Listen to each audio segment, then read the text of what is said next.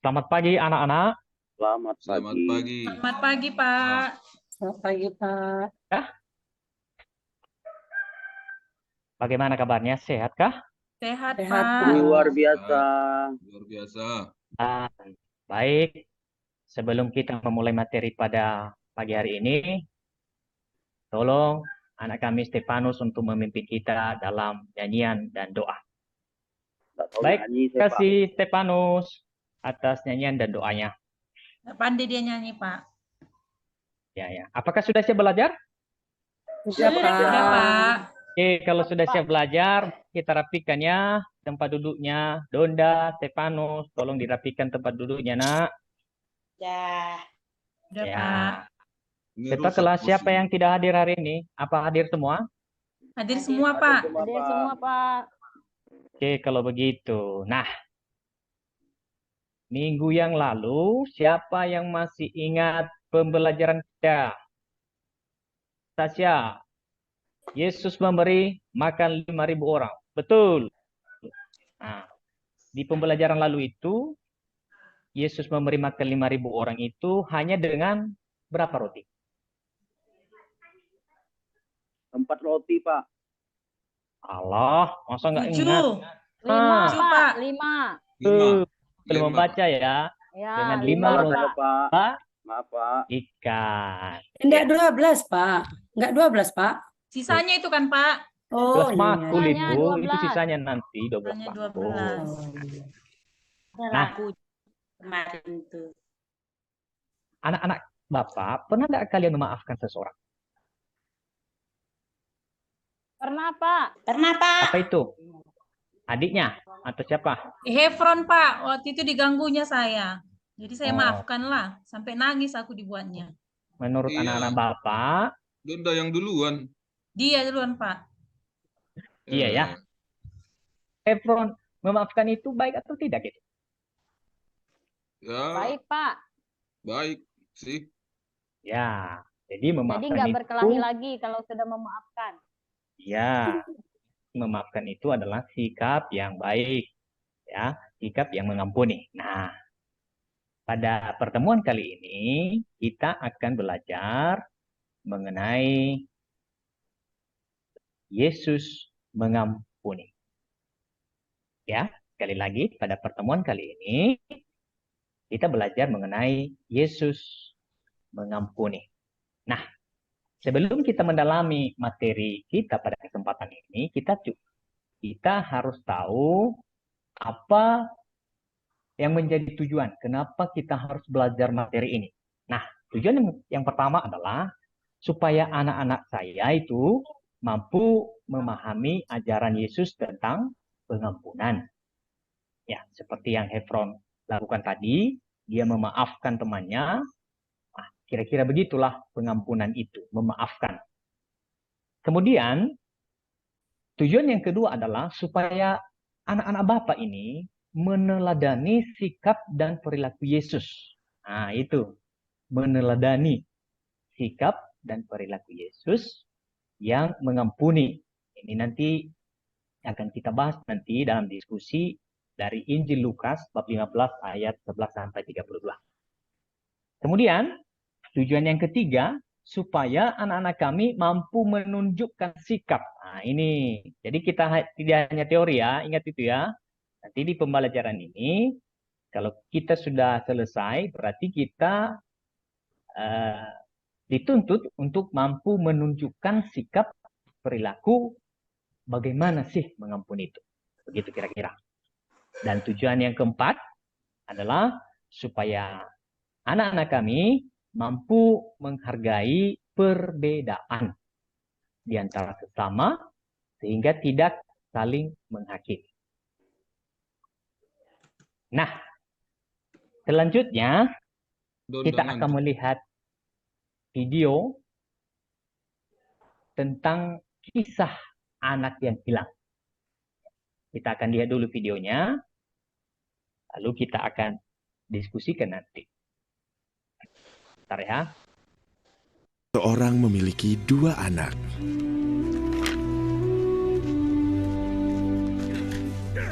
yang lebih muda memberitahu ayahnya. Beritahu saya sekarang, sebelum Bapak meninggal.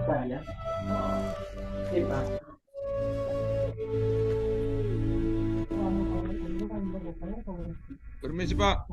Maka bapaknya setuju untuk membagi kekayaannya kepada kedua anaknya.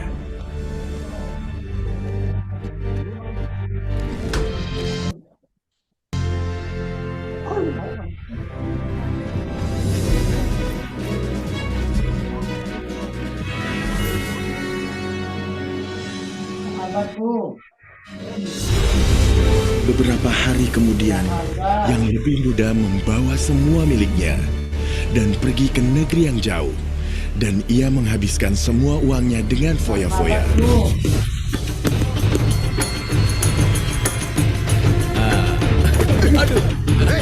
Hati-hati kalau jalan.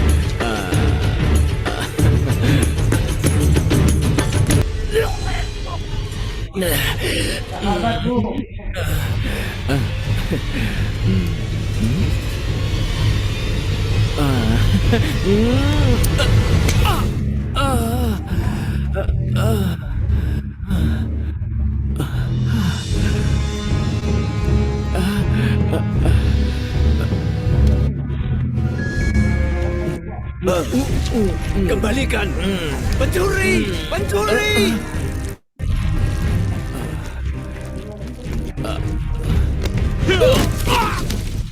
Aduh.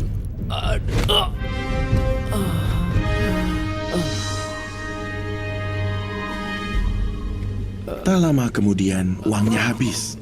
Kelaparan melanda negeri itu, dan ia mulai kelaparan.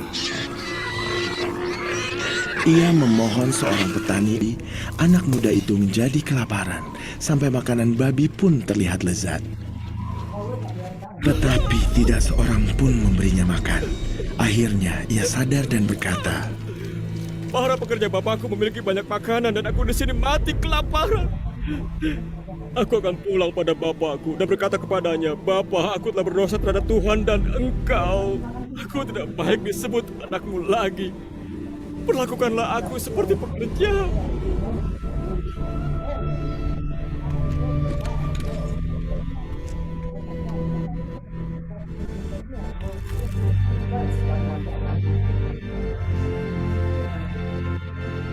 tetapi saat ia masih di kejauhan, bapaknya melihat dia dan berbelas kasihan padanya. Ia berlari kepada anaknya.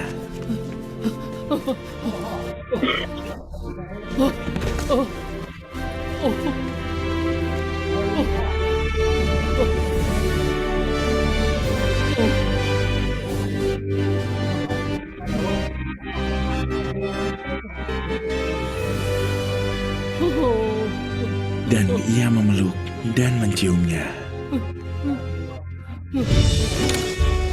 Cepat, bawa baju terbaik dan kenakan padanya. Berikan cincin untuk jarinya dan sandal untuk kakinya. Ambil lembu paling gemuk dan siapkan agar kita dapat rayakan. Anakku telah mati, tetapi sekarang hidup kembali. Ia hilang dan sekarang ditemukan. Dan mereka mulai merayakannya. Anak yang sulung ada di ladang, tapi ketika ia dekat rumah, ia mendengar musik dan tarian.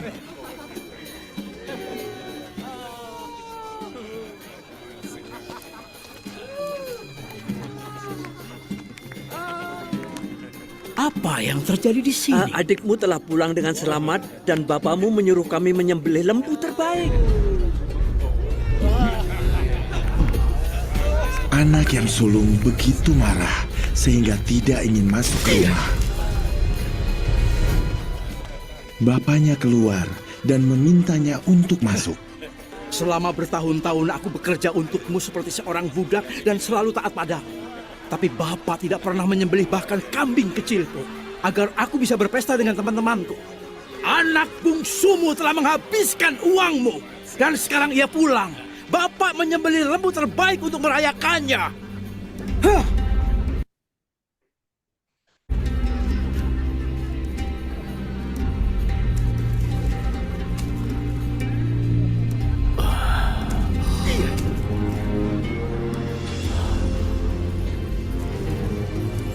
anakku. Kau selalu bersamaku dan semua yang kumiliki adalah milikmu. Tapi kita seharusnya berbahagia dan merayakan. Adikmu mati, tapi sekarang ia hidup, ia hilang, dan telah ditemukan.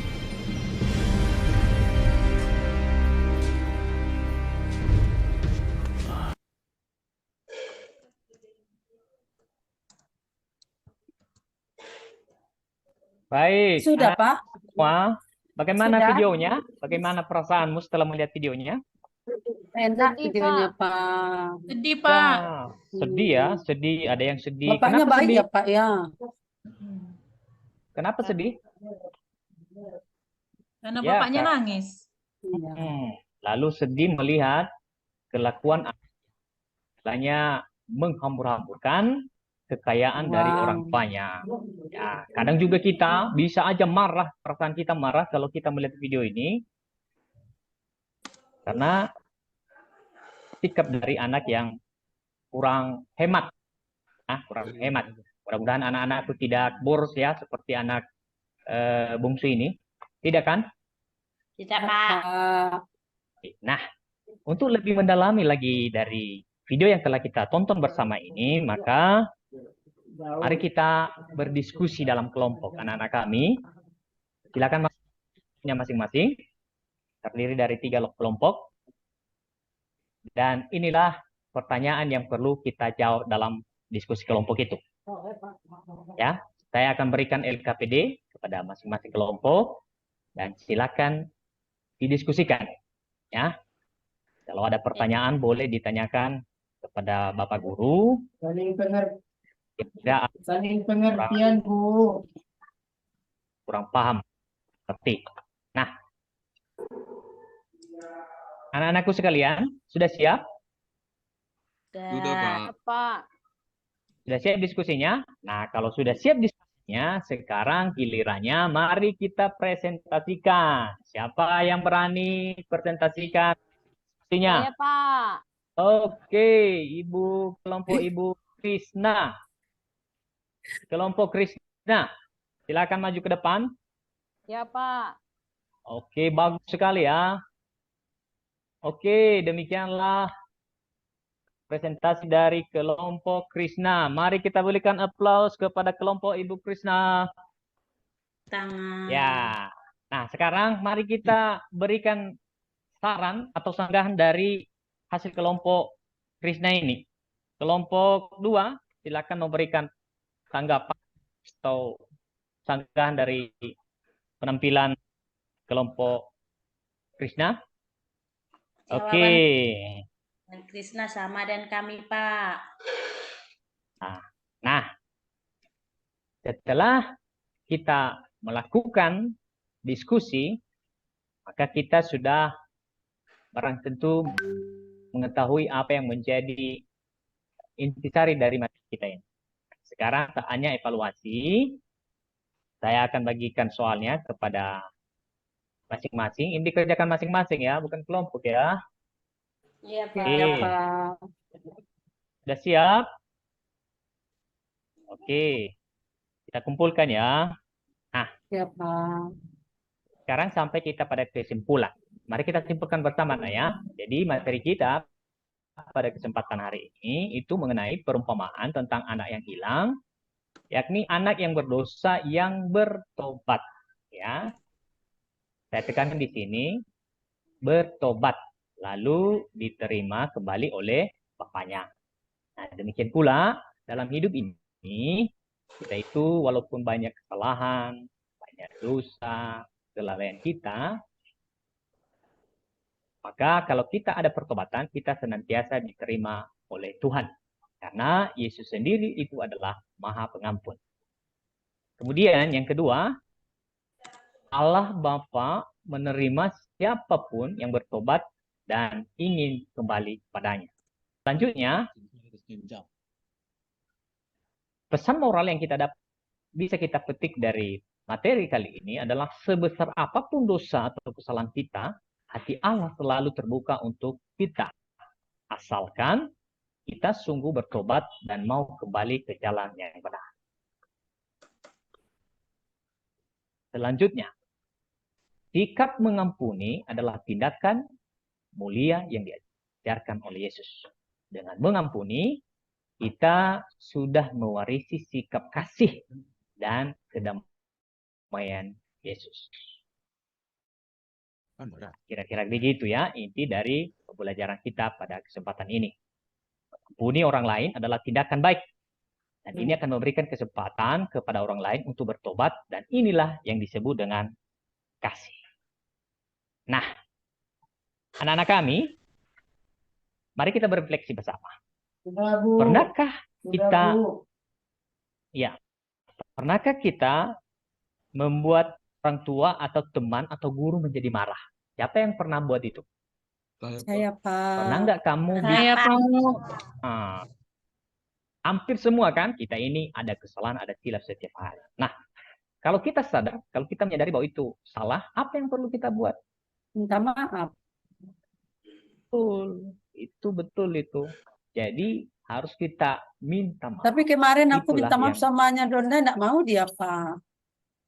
Dibilangnya, ajak aku jajan dulu, baru nanti aku maafkan, katanya. Gimana itu, Pak? Aku minta 1.000 dulu nggak mau dia. Ya udah, maulah aku maafkan. Boleh kita memaafkan tapi minta imbalan, Pak. Itu kurang benar juga. Kalau kita harus memberikan imbalan. Baca ulang kitab suci, Bu. Permintaan maaf itu harus berasal dari hati yang tulus dan ikhlas tanpa mengharapkan sesuatu. Kalau begitu berarti tidak tulus dong memaafkannya. Masa minta imbalan? Iya, Ya? dengar itu, Donda. Ya, Baca Kau maafkan suci ya, aku, doang Donda. tiap hari, Bu. ya. Nah, demikian kira-kira inti dari materi kita pada kesempatan ini, dan terima kasih kepada anak saya yang telah mengikuti pelajaran ini dengan serius. Materi minggu depan itu adalah sakramen baptis, ya. Baptis. Maka Bapak kasih PR-nya mencoba apa itu sakramen baptis. Jadi boleh ditanya sama kakaknya, abangnya, bapaknya, atau dimanapun apa itu mengenai sakramen baptis. Nanti kita akan membahasnya minggu depan. Demikian saja. Selamat siang, Pak. Selamat siang, Pak. Dalam nama Bapa dan Putra dan Roh Kudus. Amin.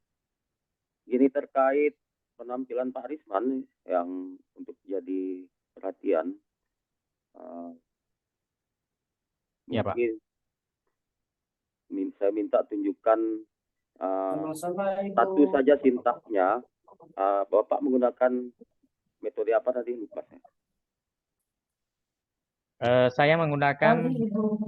PBL, Problem Based Learning. Oh ya. Langkah pertamanya Pak apa Pak? Itu tadi Pak, yang pertama itu mengorientasi peserta didik pada masalah. Jadi tadi itu saya kasih dulu videonya kan, ya, ada semacam gambaran sama mereka apa yang mau dipelajari. Dan di situ ada masalah yang sebenarnya akan dibahas pada materi. Kemudian yang kedua adalah mengorganisasi peserta didik itu tadi dalam diskusi kelompok. Kemudian yang ketiga adalah membimbing penyelidikan yang dilakukan dalam kelompok. Keempat, mengembangkan itu sintaknya, Bu. materi, mengembangkan dan mengikuti sintak. salah. Dan terakhir itu menganalisis dan mengevaluasi proses pemecahan masalah. Demikian Pak. Oke, saya rasa sudah cukup baik sih. Terutama di bagian analisisnya tadi kan siswa itu memang diajak berpikir tingkat tinggi terkait dengan beberapa pertanyaan pemantik yang telah disampaikan oleh Bapak sebagai guru dalam praktik peteaching Itu kita. sudah bagus. Jadi itu saja, terima kasih. Sedikit review dari saya. Baik, terima kasih Pak.